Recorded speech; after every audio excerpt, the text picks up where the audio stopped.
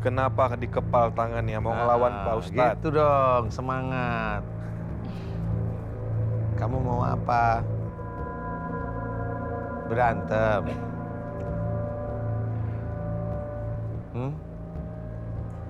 Kamu dukunya.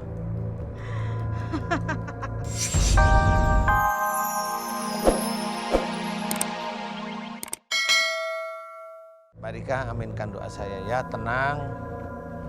Tenang, yang sakit, paling sakit tunjuk di sebelah mana Mbak Rika? Ya. Punggung, kepala, oke, dada tidak sakit, oke ya.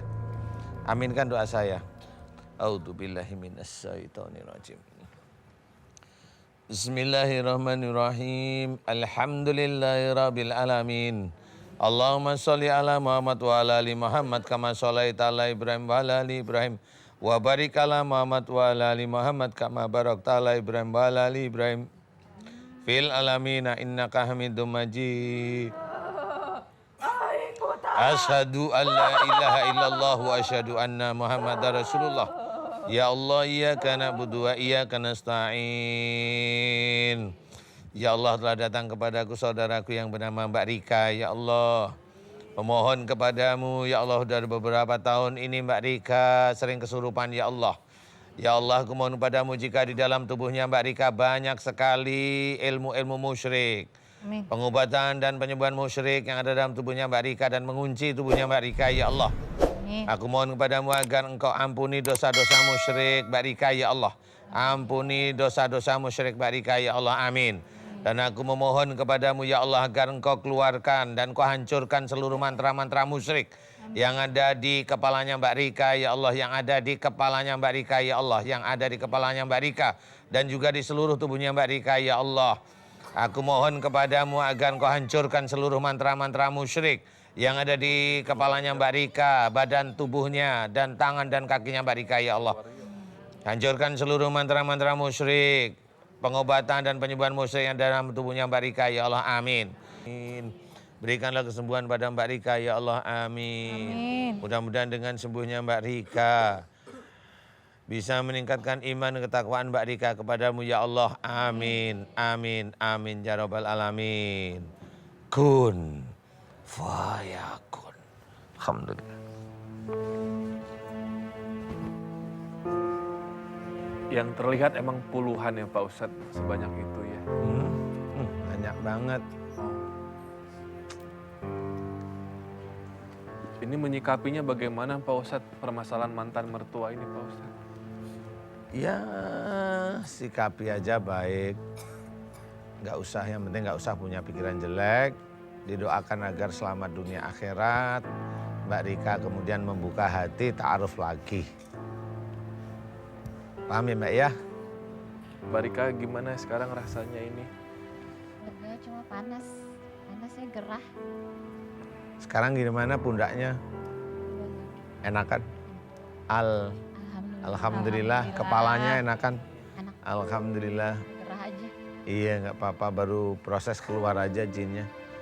Nggak apa-apa ya Mbak Rika ya. Mbak bisa bangun nggak? Umur berapa sih Mbak? 27 Pak Ustadz. Wih, 27. Iya. Kemarin pernikahannya berapa tahun Mbak Rika bertahan? 6 tahun. Oh, lumayan lama ya. Berarti umur 21 udah menikah. Iya. Punya anak, Mbak? Belum. Oh, belum. Ya, kalau ada makin repot ya Kak kemarin.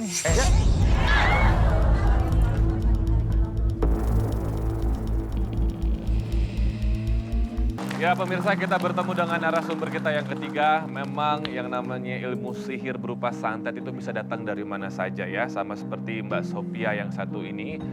Ilmu santet dan juga ilmu lainnya yang mendiami dirinya membuatnya kerap ingin membunuh suaminya sendiri. Yuk kita bertemu ya. Suaminya boleh dimasukin aja sekalian ya. Udah mulai masuk ya, pingsan ya. Boleh duduk nggak nih Mbak? Tepuk tangan ibu-ibu boleh. Boleh duduk nggak? Boleh duduk nggak Mbaknya? Soalnya udah lunglai sekali. Dudukin boleh Pak Ustadz ya, pakai kursi ya. Nah, majuan lagi boleh Mas Mbaknya. Sini, ya lebih terang ya. Nah, ya. Silakan duduk Mbak Sopiah ya. Ya udah, coba ceritain dulu masalahnya apa sama Pak Ustadz. Monggo. Kuat nggak cerita? Nggak kuat. Masnya dulu boleh, nggak apa-apa Bapak. Kalau istri saya ini Lebih dekat mic. suka sering kemasukan, kesurupan gitu. Terus pernah juga berobat kayak ke ustadz gitu, bilangnya katanya ada kiriman. Agak deket mas, nggak denger saya mas. Lebih dekat. Ada kiriman dari orang gitu. Mungkin kayaknya dulu mungkin ada suka sama dia, jadi dikirim jin kayak gitu. Jadi benci gitu jin sama saya. Pengen bunuh Mas terus ya katanya. Iya betul. Kalau malam berarti kalau tidur berdua nggak pernah tenang dong? Kalau yang baru kemarin ini sih belakangan ini, sebelum-sebelumnya enggak. Mungkin baru sekitar yang semingguan inilah. Apa yang terjadi emang kalau lagi tidur? Dicekik? Enggak sih, waktu kemarin karena pas lagi dia kerasukan, ditelepon sama anak suruh pulang, baru ngeliat saya udah langsung mau nyekek saya. Kayak gitu. Iya. Jadi udah berapa tahun total sakitnya begini? Sering kerasukan? Yang sering kerasukan ini mungkin baru setahun belakangan ini. Dulu sih waktu baru anak pertama, hamil anak pertama. Mbak Sopiah Hamil juga kerasukan. bisa bicara nggak? Kayak udah bukan dia lagi Pak Ustadz. Iya. Coba Nah, ditanyain. Saya pegang ya, mikrofonnya boleh, maaf saya pegang ya. Udah. Saya izin nanya boleh ya? Kenapa nggak bisa bicara atau nggak mau bicara? Nggak bisa. Oh nggak mau, nggak mau. Sengaja dikirim ya? Angguk aja. Sengaja dikirim. Laki-laki yang kirim. Yang suka sama Mbak Sophia.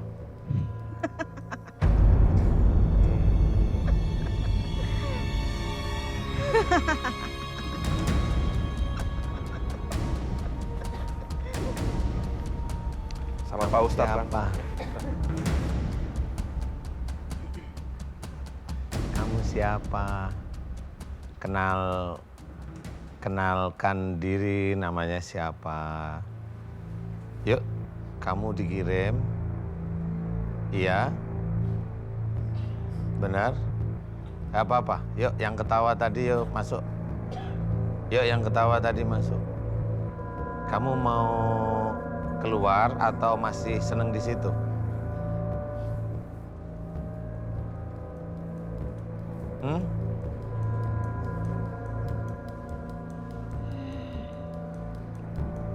Nah, gitu dong. Kenapa dikepal tangannya mau ngelawan Pak Ustadz? Gitu dong, semangat. Kamu mau apa? Berantem.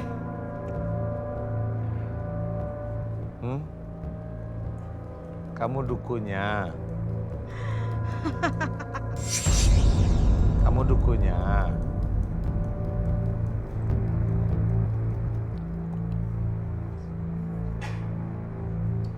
Biarin Mbak Sophia. Biarin dia ngomong. Biarin dia ngomong, Mbak.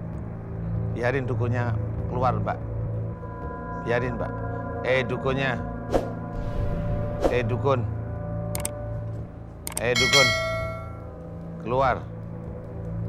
Ayo keluar lagi. Dukun. Ayo keluar. Ayo. Kamu punya tenaga hebat. Kamu punya kekuatan hebat. Yuk, keluar. Ayo. Ini Mbak Sophia sekarang. Oh ya, ya sudah. Yuk, kita doain aja yuk. Siap-siap Mbak Sophia ya. Yang sakit di mana tunjuk, Mbak? Mana aja yang sakit fisiknya, badannya? Nggak ada. Nggak sakit. Pusing. Oh ya. Jadi lemesnya karena pusing sekali itu. Oke. Ayo aminkan doa saya Mbak Sophia. Sophia ya. Sopiah. Sophia. A'udzubillahi minasyaitonirrajim. Bismillahirrahmanirrahim. Alhamdulillahirabbil alamin. Allahumma sholli ala Muhammad wa ala ali Muhammad kama sholaita ala Ibrahim wa ala ali Ibrahim. Wa barik ala Muhammad wa ala ali Muhammad kama barakta ala Ibrahim wa ala ali Ibrahim fil alamin innaka Hamidum Majid. Asyhadu an la ilaha illallah wa asyhadu anna Muhammadar Rasulullah. Ya Allah, iyyaka na'budu wa iyyaka nasta'in. Ya Allah, telah datang kepadaku saudaraku yang bernama Mbak Sophia. Ya Allah, aku memohon kepadamu ya Allah. Jika Mbak Sophia beberapa bulan, beberapa tahun terakhir ini sering sekali kesurupan ya Allah. Ya Allah, aku mohon padamu jika sering sekali Mbak Sophia kesurupan disebabkan karena kesalahan-kesalahan dan dosa-dosa Mbak Sophia ya Allah. Aku mohon padamu agar Engkau ampuni kesalahan dan dosa-dosa Mbak Sophia ya Allah. Amin. Ampunilah kesalahan dan dosa-dosa Mbak Sophia ya Allah. Amin. Ampunilah kesalahan dan dosa-dosa Mbak Sophia ya Allah. Amin. Ya Allah, aku mohon kepadamu ya Allah, jika di dalam tubuhnya Mbak Sophia banyak sekali mantra-mantra musyrik, pengobatan dan penyembuhan musyrik ya Allah. Aku mohon kepadamu hancurkan seluruh mantra-mantra musyrik yang ada di kepalanya Mbak Sophia, yang ada di tubuhnya, tangan dan kakinya Mbak Sophia ya Allah. Amin. Ya Allah, hancurkanlah seluruh mantra-mantra musyrik yang ada di kepalanya Mbak Sophia, tubuh, tangan, dan kakinya Mbak Sophia ya Allah. Hancurkan seluruh mantra-mantra musyriknya ya Allah. Amin. Ya Allah, aku mohon kepadamu ya Allah, jika di dalam tubuhnya Mbak Sophia, khususnya yang di kepalanya Mbak Sophia, banyak sekali ilmu sihir dan santet ya Allah. Aku mohon kepadamu agar Engkau hancurkan seluruh mantra-mantra sihir dan santet yang ada di kepalanya Mbak Sophia ya Allah. Amin. Aku mohon padamu hancurkanlah seluruh mantra-mantra sihir, dan santet yang ada di kepalanya Mbak Sophia ya Allah. Amin. Dan yang ada di punggungnya Mbak Sophia ya Allah sampai ke arah kakinya Mbak Sophia ya Allah. Amin. Ya Allah, aku mohon kepadamu ya Allah, jika Mbak Sophia dibikinkan patung atau boneka ya Allah, dengan orang di mana boneka tersebut dipuasai ya Allah, kemudian di mantra-mantra ya Allah. Dan aku mohon kepadamu ya Allah, jika patung boneka tersebut dengan nama Mbak Sophia yang sama persis dengan yang ada di hadapanku ini ya Allah, aku memohon kepadamu ya Allah agar Engkau hancurkan seluruh mantra-mantra sihir, teluh dan santet yang ada pada patung-patung dengan nama Mbak Sophia ya Allah. Amin. Aku memohon kepadamu ya Allah agar Engkau hancurkan seluruh mantra-mantra sihir, teluh dan santet yang ada pada patung-patung yang ada pada tubuh patung tersebut ya Allah. Amin. Ya Allah, aku mohon kepadamu jika di kepala patung tersebut ada jarum-jarumnya ya Allah, di punggungnya di punggung patung tersebut ada jarum-jarum yang ditusukkan ya Allah, dan juga yang sampai ke arah kakinya ya Allah.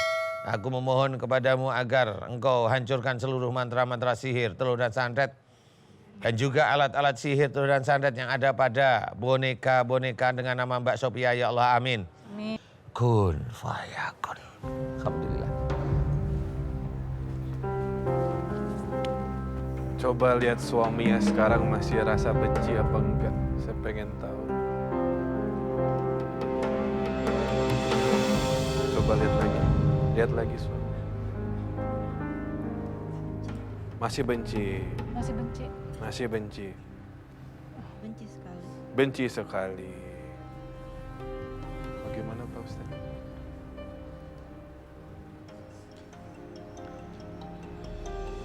Coba nanti kalau ada masalah di keluarga diajak bicara suaminya ya. Beneran ya? Bener? Serius nih? Ya. Terbuka sama suami gitu. Buka Pak sama Ustadz, suami. ya. Jangan jengkel terus diem. Jangan. Ya. Jengkel sama suami. Oh ya sudah. Dibicarain. Jengkel hubungan suami istri nyarinya Pak Ustadz. Ya. Iya nggak apa. Bingung juga. Mungkin minta jajan dari Pak Ustadz kayaknya Pak Ustadz. Ya udah, ya minimal berdua makan bakso ngapain. Ya sudah, saling maaf, nanti kalau ada masalah ngobrolin. Saya tahu ada pikiran dan nanti diobrolin aja. Iya. Ya. Saling memaafkan dulu, nanti ngobrol di rumah sama suami. Ya. Oke. Siap? Iya. Waalaikumsalam warahmatullahi wabarakatuh. Waalaikumsalam warahmatullahi Udah pelukan.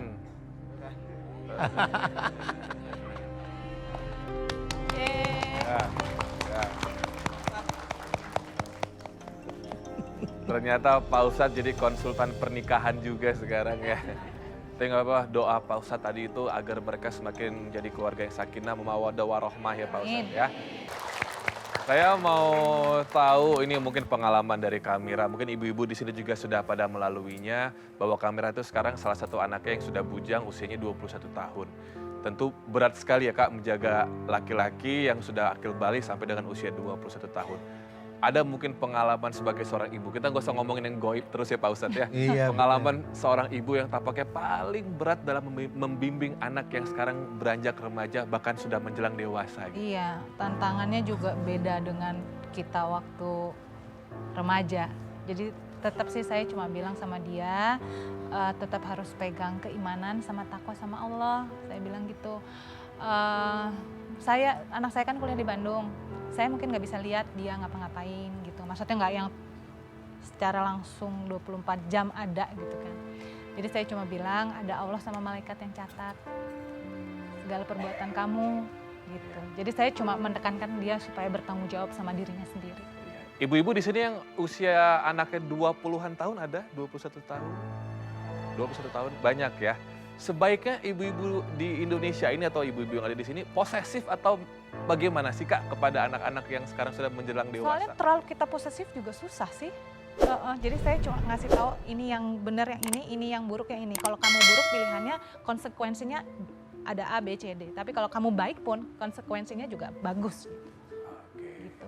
Sekarang kalau dari sudut pandang seorang Ustadz Danu dan juga kepala keluarga, ini dari sisi laki-laki.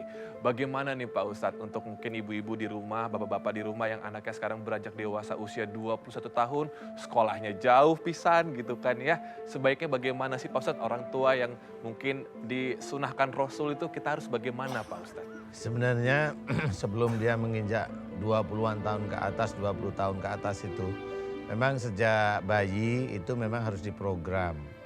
Program pertama itu adalah ayah dan ibunya itu menjadi takwa kepada Allah Ta'ala.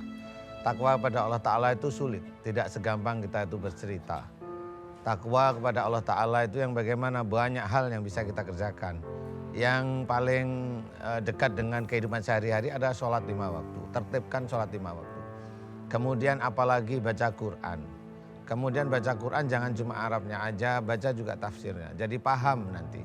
Nah pada waktu sudah seperti itu nanti kalau Allah memberikan kehamilan pada ibundanya juga sama, masih aja istiqomah aja, baca Quran, sholat tertib, kemudian dengan suami patuh, suami sendiri juga sama, tertib dan sebagainya. Nah inilah sebenarnya genetik kepada anak-anak kita itu diberikan kepada Allah Ta'ala, kepada janin yang ada dalam kandungan. Nanti pada waktu dia dewasa kita ngarahin dengan dengan agama. Kita arahin dengan agama, kita pagarin aja. Selama dia itu tidak keluar dari relnya, ya sudah biarin aja dia dengan asik dengan kehidupan sehari-harinya kalau anak kecil. Semakin dewasa semakin dia diberi pandangan yang lebih tajam istilahnya. Jadi Mbak Mira tadi udah benar ya istilahnya jangan terlalu posesif, ya memang betul. Tapi posesif sekali ya jangan memang ya. Tapi terbuka sekali ya jangan juga gitu Mas. Tarik Jadi ulur aja. iya, tarik ulur. Jadi itulah yang memang harus kita kerjakan. Jangan kita biarkan tapi tetap kita pantau aja. Selama nanti orang tuanya itu baik, insya Allah anak ini akan senantiasa dilindungi oleh Allah Ta'ala. Tetapi juga jangan dibiarkan beneran. Karena dia masih usia-usia remaja istilahnya. Nah dengan yang begitu itu mudah-mudahan besok-besoknya dia akan menjadi seorang yang soleh atau soleha. Amin ya Allah, amin ya Allah, amin. Makasih Pak Ustadz buat ilmunya. Kamira juga terima kasih, ibu-ibu terima kasih banyak, bapak-bapak juga terima kasih. Ya pemirsa, ini kita tampaknya harus menyadari sekali ya bahwa sekarang musuh terbesar kita sebagai orang tua atau mungkin kita sebagai umat muslim, musuh terbesar kita adalah sekarang sosial media atau gadget kita. Terkadang niat kita untuk melakukan sebuah ibadah itu dikelirukan dengan sosial media. Banyak yang pengajian, banyak yang hijrah, banyak yang sholat demi postingan foto dan bukan demi untuk Allah Subhanahu wa Ta'ala. Untuk itu, lakukan segala sesuatunya, nawaitunya harus diperluruskan lagi bahwa lakukan sesuatu, segala sesuatunya lillahi ta'ala. Hanya kepada Allah Subhanahu wa Ta'ala. Lupakan gadget, lupakan sosial media Anda karena mereka ternyata adalah syaitan yang sesungguhnya.